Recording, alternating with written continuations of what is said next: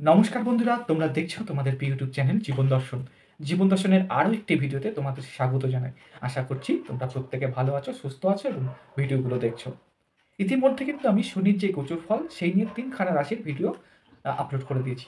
আশা করব তোমরা কিন্তু প্রত্যেকে দেখেছো, আর যারা দেখোনি তারা অতি অবশ্যই চ্যানেলে গিয়ে অবশ্যই দেখে নিও। সেই ৩ টে রাশি মেষ রাশি, বৃষ রাশি এবং মিথুন রাশি। তারই আজ পরবর্তী পার্ট আমরা কর্কট রাশির সম্বন্ধে আলোচনা করব। অর্থাৎ ২৯শে মার্চ আমরা জানি শনিদেব কিন্তু তার নিজের ঘরের থেকে গোচরে ট্রানজিট করে পরের ঘর অর্থাৎ মীন রাশি বৃহস্পতির ঘরে প্রবেশ করছেন। তো এত বড় গ্রহ এতদিন ধরে থাকবে একটা ঘরে, তাই তার প্রভাব অনেক অংশে বেশি হয়। তাই কেমন যেতে পারে এই শনিদেবের গোচর ফল, সেই নিয়ে আমরা কিন্তু আলোচনা করব। অবশ্যই শনি যেহেতু ২.৫ বছর একটা রাশিতে থাকে, তাই এর প্রভাব কিন্তু অবশ্যই বৃদ্ধি পায়। তো স্কিপ না করে আশা করব তোমরা সম্পূর্ণ ভিডিওটা দেখবে। আর যদি ভালো লাগে তাহলে অবশ্যই লাইক, কমেন্ট এবং সাবস্ক্রাইব কিন্তু করতে ভুলো না। চলো শুরু করা যাক। দেখো, কর্কট রাশির জন্য এখন যে শনিদেব বসে আছেন তিনি হচ্ছেন অষ্টমভাবে অর্থাৎ নিজের ঘরে। আর আমরা প্রত্যেকেই জানি, তোমরাও হয়তো প্রত্যেকে জানো, অষ্টমভাবে শনিদেব যখন বসে থাকে তখন কিন্তু শনির ঢাইয়া বলা হয়, অর্থাৎ শনির ঢাইয়া। ঢাইয়া কি? শনির সাড়ে সাতির যে এফেক্টটা মানুষের জীবনে পড়ে, ঠিক সেই রকম জিনিসই এই ২.৫ বছর কিন্তু অত্যন্ত কষ্ট দিয়ে যায়।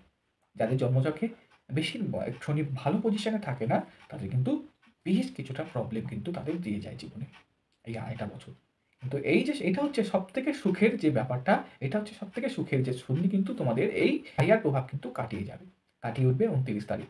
যার ফলে কিন্তু তোমরা সবার ১ম এ নিজের মন মানসিকতা এবং অনেক কিছু নতুন যে পরিকল্পনা সেগুলো কিন্তু অবশ্যই করতে সমর্থ হবে বা পারবে। বোঝাতে পারলাম? তো তোমাদের এটা সবথেকে ১ম প্লাস পয়েন্ট, সবথেকে খুশির কথা কর্কট রাশির লগ্নের জাতক-জাতিকাদের শনির কিন্তু এই যে ঢাইয়া সেটা কিন্তু ২৯ তারিখে সমাপ্ত হচ্ছে। আর সেই শনিদেব কিন্তু তোমাদের নবম ভাব অর্থাৎ ভাগ্যভাবে কিন্তু গিয়ে বসছেন। দেখো, মার্চের ২৯ তারিখে যখন শনিদেব এই ভাগ্যভাবে অবশ্যই পৌঁছবে, তো মার্চ মাসটাতে তোমরা কোনো ফল পাবে না, এটা তো খুব স্বাভাবিক। আর এপ্রিল মাসের ১ম দিকে তোমাদের মূলত স্বাস্থ্য অর্থাৎ শরীর নিয়ে একটু ভোগাতে পারে। কেন? কেননা শনি কিন্তু রাহুর সঙ্গে ওই সময়টা বসে থাকবে। শুক্র, শনি, রাহু এতগুলো গ্রহ এবং রবিও ওই একই জায়গায় বসে থাকবে। সেই টাইমটা কিন্তু গ্রহণ দোষের সৃষ্টি হবে। তোমরা অনেক ক্ষেত্রে মিথ্যা অপমান, মিথ্যে যশ কিন্তু এই সময়টা পেতে পারো। তবে হ্যাঁ, যাদের জন্মছকে শনিদেব কিছুটা ভালো আছে, তাদের কিন্তু মন মানসিকতার প্রভাব যে তাদের কাটিয়ে উঠতে পারবে এবং তারা সেটা ওভারকাম করে উঠতে কিন্তু অবশ্যই সমর্থ হবে। প্রত্যেকে কিন্তু এই জায়গাটা অত্যন্ত ভালো সময় আসছে। দেখো, লগ্নের ১, ২, ৩, ৪, ৫, ৬, ৭, ৮, ৯ নবমে বসে আছে, অর্থাৎ তোমাদের কিন্তু ভাগ্য ধীরে ধীরে ধীরে ধীরে অর্থাৎ শনিদেব যখন মার্চ মাসে এই রাশিতে মার্চের ২৯ তারিখে তোমাদের নবমভাবে বসে থাকবে, তো মোটামুটি ৩-৪ মাস পর থেকে তোমরা বুঝতে পারবে তোমাদের ভাগ্যে কিন্তু বেশ কিছুটা উন্নতি হচ্ছে। ভাগ্য তোমাদের সাপোর্ট করছে।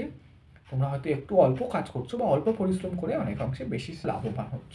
তোমাদের এই সময়টায় কিন্তু কোনো ধর্মযাত্রা বলো, কোনো ধাম বলো, বা কারোর সঙ্গে বাবা-মাকে নিয়ে বা পরিবারকে নিয়ে কোনো তীর্থযাত্রা বলো, বাড়িতে এমন কোনো একটা অনুষ্ঠান হওয়া, যেখানে একদম সাধারণ যে জনসাধারণ আছেন, একদম গরিব ঘরের যারা আছেন তাদেরকে কোনো ভোজন করানো, খাওয়ানো, এইগুলো কিন্তু তোমাদের মধ্যে এখন সময়টা দেখা যাবে। যারা তোমরা চামড়ার ব্যবসা করছো বা লোহা জাতীয় কোনো ব্যবসা করছো, ইঞ্জিনিয়ারিং ডিপার্টমেন্টের কোনো কাজ করছো, তাদের কিন্তু এই সময়টায় বেশ ধীরে ধীরে ধীরে ধীরে সাকসেসের মাত্রা অনেক পরিমাণে বাড়তে শুরু করবে।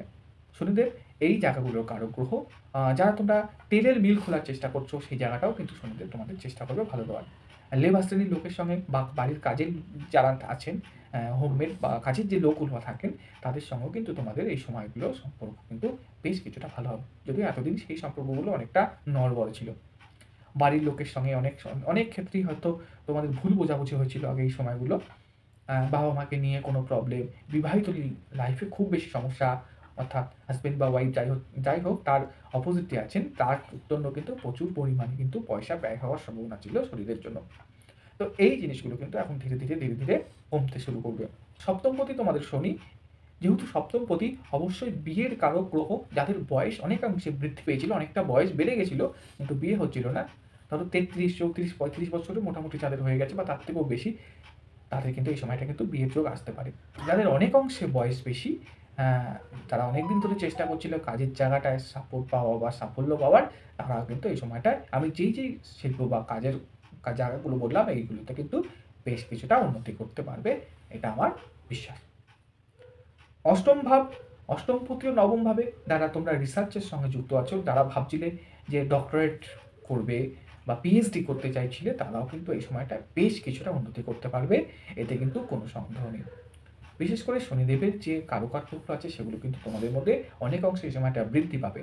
তোমাদের মধ্যে এই সময়টায় ধৈর্য বা পরিশ্রম করার ক্ষমতা অত্যন্ত, অর্থাৎ 2 গুণের থেকেও বেশি, 3 গুণ 4 গুণ হয়ে যেতে পারে। তোমরা যতক্ষণ যে কোনো কাজ একটা যদি এই সময় হাতে নাও, সেটা যতক্ষণ না শেষ হবে ততক্ষণ কিন্তু তোমরা পরিশ্রম করতে পিছপা হবে না। আর এই চেষ্টাটাই কিন্তু জীবনে অনেকটা, এই 2.5টা বছর অনেকটা উন্নতি করতে সাহায্য করবে। কারণ আমরা জানি 2.5 বছর তোমাদের নবমভাবে শনি থাকবে, আর এই নবমভাবে ভাগ্যের জন্য তোমরা বেশ উন্নতি করবে, এবং তারপরে যখন এটা দশমভাবে যাবে তখন কিন্তু কর্মে সফলতা দিতে বাধ্য। যারা আগে থেকে কাজ করবে তাদের শনিদেব কর্ম দেবেই, আর সেই কর্ম সে কর্ম নয়, বেশ হাই ক্লাস বা উচ্চ পদস্থ কোনো কর্ম অবশ্যই তোমাদের দেবে, যেখানে সমাজে মান সম্মান প্রতিষ্ঠা তোমরা অবশ্যই পেতে পারো। শনিদেবের দৃষ্টি পড়ছে, দেখো একাদশভাবে দৃষ্টি পড়ছে, অর্থাৎ তোমাদের আয় কিন্তু অনেক অংশে বৃদ্ধি পেতে পারে। আয় বেশ 11th হাউস মানে সফলতার জায়গা।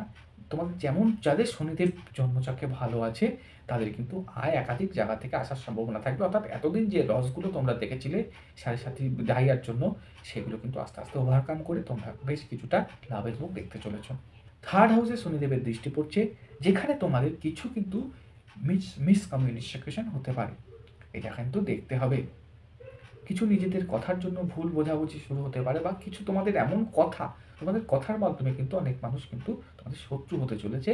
বিশেষ করে ভাই বোনের সম্পর্ক এই সময়টা বেশ কিছুটা খারাপ হওয়ার সম্ভাবনা দেখা যাবে। কোনো যোগাযোগ, ছোটোখাটো যোগাযোগ করতে যাওয়ার আগে অনেক অংশে আগে থেকে প্ল্যান করে তারপরে অবশ্যই যেও।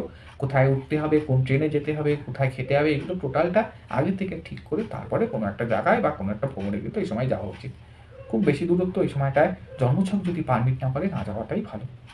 আর ষষ্ঠভাবে তোমাদের এই সময়টা বলছে, যাদের গভর্নমেন্ট এক্সাম বা সরকারি চাকরি তোমাদের যারা চেষ্টা করছিলে, বিশেষ করে রেল বা ইঞ্জিনিয়ারিং ডিপার্টমেন্ট বা টেকনিক্যাল কোনো লাইনের টেকনিশিয়ান হোক, যে কোনো টেকনিশিয়ান হোক, সেক্ষেত্রে কিন্তু শনিদেব বিশেষভাবে সাহায্য করবে। হসপিটাল সেক্টর, পুলিশি বিভাগ, এই জায়গাগুলো আপনার ফিনান্সে বেশ কিছুটা সাপোর্ট করার সম্ভাবনা এই সময়টায় থাকে।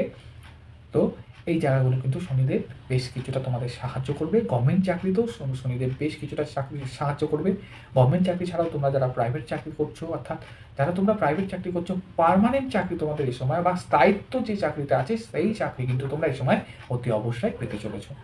শনিদেব অবশ্যই কাজ দিয়ে যায়। তো ভাগ্য ভালো এবং শনিদেবকে আরও ভালো করবার জন্য তোমরা হনুমান চল্লিশা পাঠ করো, এবং প্রত্যেক শনিবারে পারলে নিরামিষ খাও, ছায়া দান করো। তাহলে কিন্তু কিছু ক্ষেত্রে কালো তিল দিয়ে শিবকে অভিষেক করো, সামনে নীল পুজো আছে। আর যদি পারো নিজের জন্মছকটা অবশ্যই কালকে দিয়ে দেখিয়ে নাও, এবং যদি কোনোভাবে কোনো খারাপ থাকে তাহলে সেটা ঠিক করে নিও, যাতে সামনের এই সময়টা তোমরা কাজে লাগাতে পারো। এই মোটামুটি ছিল আজ কর্কট রাশির জন্য।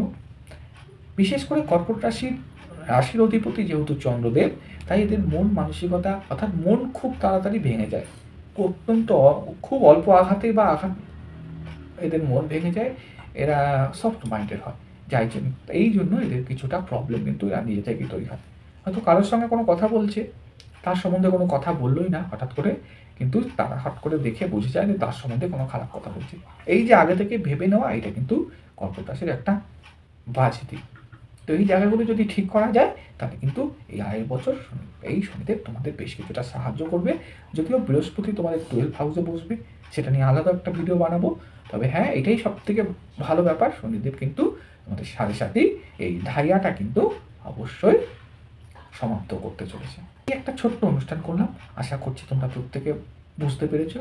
যদি ভালো লাগে অবশ্যই লাইক করো, কমেন্ট করো, শেয়ার করো এবং সাবস্ক্রাইব করতে কিন্তু ভুলো না। আর হ্যাঁ, যদি আমি লাইভ করি তোমরা অবশ্যই কমেন্ট করতে পারো, আর তোমাদের ডেট অফ বার্থ আমার কমেন্ট বক্সে অবশ্যই সেন্ড করতে পারো। ওখান থেকে আমি চেষ্টা করব প্রথম 10 জন হোক আমি তাদের উত্তর দেওয়ার। প্রত্যেকে ভালো থেকো। আবারও একবার ভগবানের কাছে প্রার্থনা করি এবং শনিদেবের কাছে প্রার্থনা করি যাতে প্রত্যেকের মঙ্গল হয়, এবং এই কর্কট রাশির জাতক জাতিকা যারা আছো তাদের জীবনে অনেকটা উন্নতি হয়। এই 2.5 বছর তারা এমন একটা মাইলস্টোন জীবনে পাক, যেখানে কিন্তু অনেকটা উন্নতি করতে পারবে। আশা করব এই ছোট্ট আলোচনা